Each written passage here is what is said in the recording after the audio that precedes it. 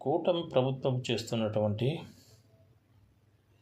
ఈ కుల వ్యవస్థ పరిపాలన చూస్తూ ఉంటే పేద ప్రజలకు ఎంతో నలిగిపోతున్నారు. విజయవాడలోని భవానీపురంలో 42 ప్లాట్లను కూలగొట్టి ప్రజలు ఉసురు పోసుకున్న ఈ ప్రభుత్వం 23 సంవత్సరాల నుండి ఆ ల్యాండ్లో వాళ్ళు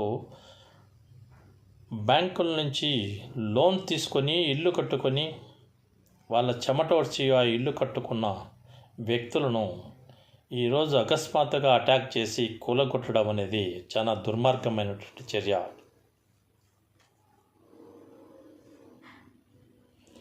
ఈ 42 ఫ్లాట్లను కూలగొట్టి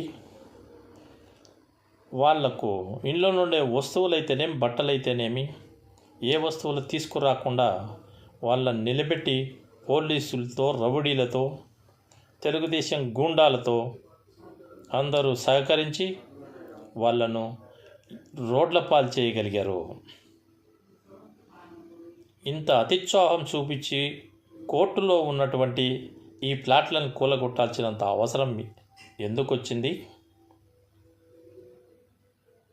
చంద్రబాబు కట్టుకున్న ఇల్లు, చంద్రబాబు కృష్ణానదిలో ఉన్నటువంటి ఇల్లు సక్రమమా అక్రమమా?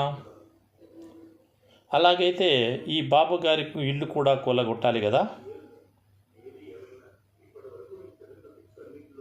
42 ప్లాట్లు కూలగొట్టిన కోర్టులో పెండింగ్లో ఉన్న వాటికి కూడా స్టిల్ పెండింగ్లో ఉన్నటువంటి దానికి కూడా యాక్షన్ తీసుకొని పోలీసు వాళ్ళు అత్యుత్సాహంతో తెలుగుదేశం గూండాలు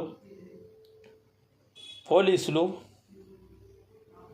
పార్టీ వ్యక్తులు కలిసి ఆ 42 కుటుంబాలను చిన్న భిన్నం చేసి లాగి ఆయన చేసినటువంటి ఇవన్నీ ప్రజలు చాలా ఇబ్బంది పడుతున్నారు. ఆయనది సక్రమమైనప్పుడు ఈ 42 ప్లాట్ల వాళ్ళు బ్యాంకు లోన్లు తీసుకొని ఇల్లు కట్టుకున్న వాళ్ళది సక్రమం కాదా?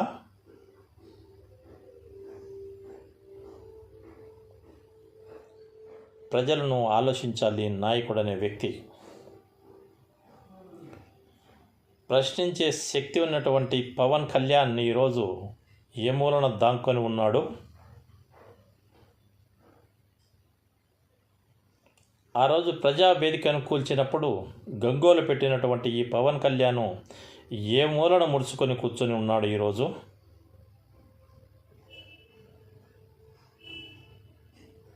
ప్రజల బాధలు మీకు అర్థం కావా? ఇదేనా సరైన పద్ధతేనా?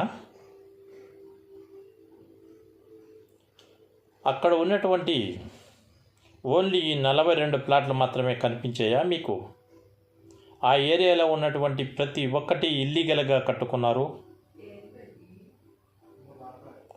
ఆ ఇల్లీగల్ని మీకు కనిపించడం లేదా? వాళ్ళవన్నీ కూలగొట్టలేరా మీరు? ఇలాగే చంద్రబాబు అక్రమంగా కట్టినటువంటి ఆ కట్టగాన్ని మీరు కూల్చలేరా? అది సక్రమమేనా? వీళ్ళు అక్రమమైనప్పుడు వాళ్ళు సక్రమమైన పద్ధతిలో ఉన్నారా?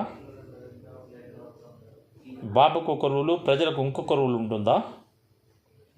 ఎందుకు ఈ పోలీస్ డిపార్ట్మెంట్ వాళ్ళు అత్యుత్సాహంతో ఈ ఇల్లు పగలగొట్టి చంద్రబాబు ఇళ్లను చూస్తూ జోస్యం చేస్తున్నారని నేను మనవి చేసుకుంటున్నా. వాళ్ళు కష్టపడి చెమటలోడ్చి పిల్లలు చదివించుకొని బ్యాంకుల నుంచి లోన్ తెచ్చుకొని లోన్లు కట్టలేక విద్యార్థులు చదివించుకోలేక ఆరోగ్య పరిస్థితి సరిగ్గా చేసుకోలేక ఇబ్బంది పడుతుంటే తల మీద తాటికాయ పడినట్లుగా